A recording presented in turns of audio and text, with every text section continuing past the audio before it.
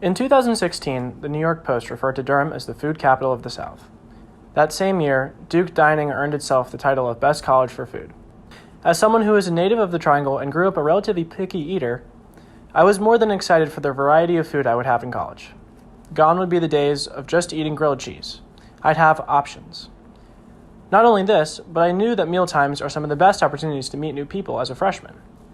Then COVID hit, and most of this went out the window. Piper, like many other freshmen this year, has felt the isolating nature of the virus as we struggle to contain the spread. She stands alone, socially distant, and waiting for her friends to join her for dinner. Where in a normal year the Broadhead Center is packed full of students, faculty, and visitors, not an open seat in sight, now it is nearly empty. A global pandemic, however, is not the only thing that separates Piper from those around her. She has severe allergies to eggs, nuts, beans, shellfish, avocados, and sesame seeds. Though we have an incredible variety of food choices on and off campus, many of them are inaccessible to her. When we decided to take advantage of Duke's Merchant on Points program and get some off-campus food, Piper had to call ahead and see what Sushi Love uses to make their food. As you can see, that phone call did not have the response we hoped for. She's not the only one with dietary restrictions, though. Ganesh, a lifelong vegetarian, has his options severely limited because of his religion. He says tandoor isn't as good as his mom's cooking, but it still reminds him of home. We find these things out when we meet, but they are still severely limited. Just as we cover half of our faces, we also cover parts of our identity. We find out what dorm we live in, what our major is, and where we're from, but we don't really know anything about the people we meet. But when the mask comes off and we sit down to eat, that's when we show our true selves.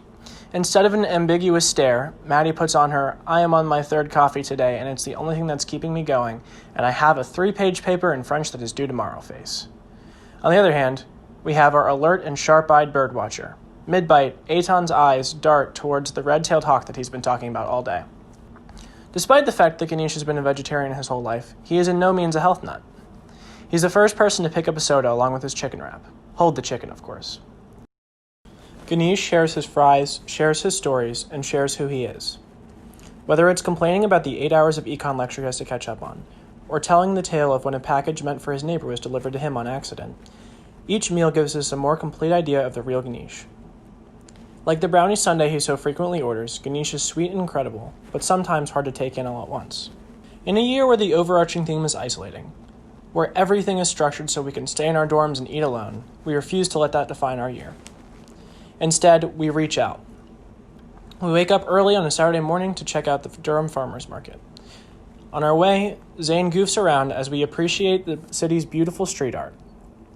At the market, we purchase bagels, baguettes, and other bread items. It doesn't take long for Eitan to break off a piece of his olive bread and start eating. For Eitan's birthday, we explore Durham's excellent food choices even further and end up at Torrero's. However, reaching out is not always just a metaphor. Buying into his role as the most responsible and helpful member of the group, Eitan is always willing to finish what we can't eat. On Halloween, Piper's birthday, we reach out again into the foodiest city in America, and the community reaches back. We pick up from Pizzeria Toro, an excellent restaurant that we've returned to multiple times. And Bull McCabe's, an Irish pub that is perfectly located in the middle of downtown, is happy to let us borrow their outdoor space to eat. We enjoy some incredible pizza, and Zane is just happy to finish a meal without spilling something. As we head out, the employees at Toro remind us that just because it's spooky season doesn't mean we can't still spread some joy. I may be branching out, but there's no way I won't still stick to my roots. When just last year I was going out to lunch with my mom, now I have to be wary of following COVID precautionary measures even around her. However, this Snapchat memory reminds me that my actual home is never too far away from my current one. After a particularly awful morning, a quick 18-minute drive gets me back home to Cary, to my parents' hospitality and a free sushi dinner. Just as food can help us connect with the greater Durham community, it can also connect my new family at college with the ones I grew up with. Over one weekend, we traveled back to Cary where my mom and sister prepared a home-cooked meal for my friends.